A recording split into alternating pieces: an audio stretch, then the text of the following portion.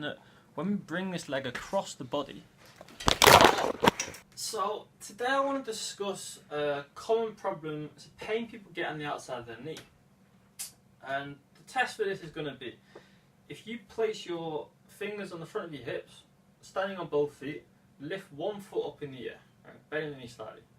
And we're going to expect some shift, otherwise it's going to fall over. But how much shift is acceptable?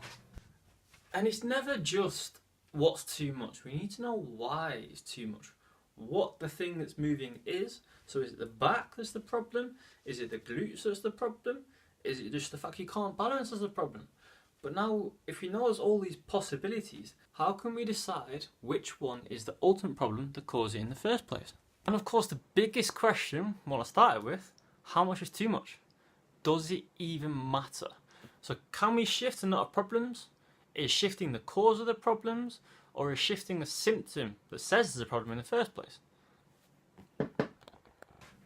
So when we do this test, if we drop on the side of the leg we raised, it could be this side's quadratus lumborum, and it could be this side's gluteus maximus, or glutes muscles and other muscles in the area that are not strong enough to keep our hips in the socket.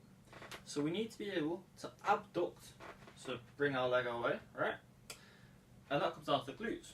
We need to be able to keep this pelvis up on this side, which comes from our back. So this muscle here, the quadratus lumborum. So which one is the problem factor? Can we find out? So we know it's either the glutes or the back that's causing this problem, but what does it matter? Like, so what? What happens? If you look at my little friend here, there's a muscle that comes from the outside of the hips, right? Outside here. Goes all the way down to the outside of the knee. Now this is what causes that problem. So when our hips shift, in essence what we're doing is we're taking this leg and bringing it across the body like this. And this puts this muscle on the outside here on a stretch. So if you imagine that, let me get a band. So I've got a band and I thought it might make it easier.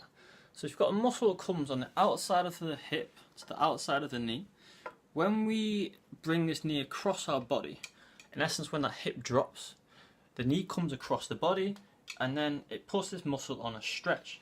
Now, is that a problem? So the bulk of research tends to agree that weak hip abduction, weak external rotation of the hips is either a symptom or a cause. We cannot really agree on it. So my advice to you would be, do some more sideline hip abductions, sideline bridges, glute bridges, strengthen that lower back and hip area and see if it works. Also, throw in flexibility. Flexibility is so underrated, it's unbelievable. So, to help me clarify this a bit easier for you all, this is the pain I'm referring to. So it's patellofemoral pain syndrome, right? It's just aggravation here due to numerous reasons. Now the flexibility I'm on about, if the muscles on the back of the leg, so typically your gastrocnemius and your soleus, I've done a video on flexibility them in the past, I'll link it here.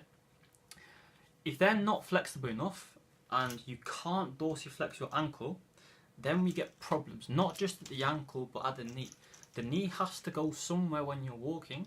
If it can't go forwards, so if it can't come forwards, it's going to come inwards. Again, it's all in another video in a lot more depth.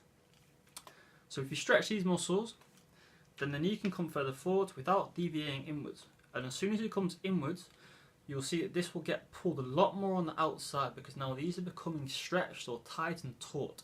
So if you fix this problem here, so this is nice and flexible, this can come forwards. If it can't come forwards, it's going to fall inwards. Everything on the outside, so your IT band, your tensor fascia lata, the glutes that are struggling to control the hip, are just going to be overworked. It's the best way to put it. And the inside is just going to essentially become tight as well because the outside is weak and it's being forced to come inwards and it's going to fatigue. So by stretching the calf, you're going to fix a problem in your knee that stems from the hip. Now how's that? Let me know in the comments if this helps you. If you watch the whole video, you find it useful, entertaining, give me a thumbs up and please subscribe. Anything that helps me means I can help you more. So let me know what you want more of. If this was useful, if it wasn't useful, what you want me to do that will help you.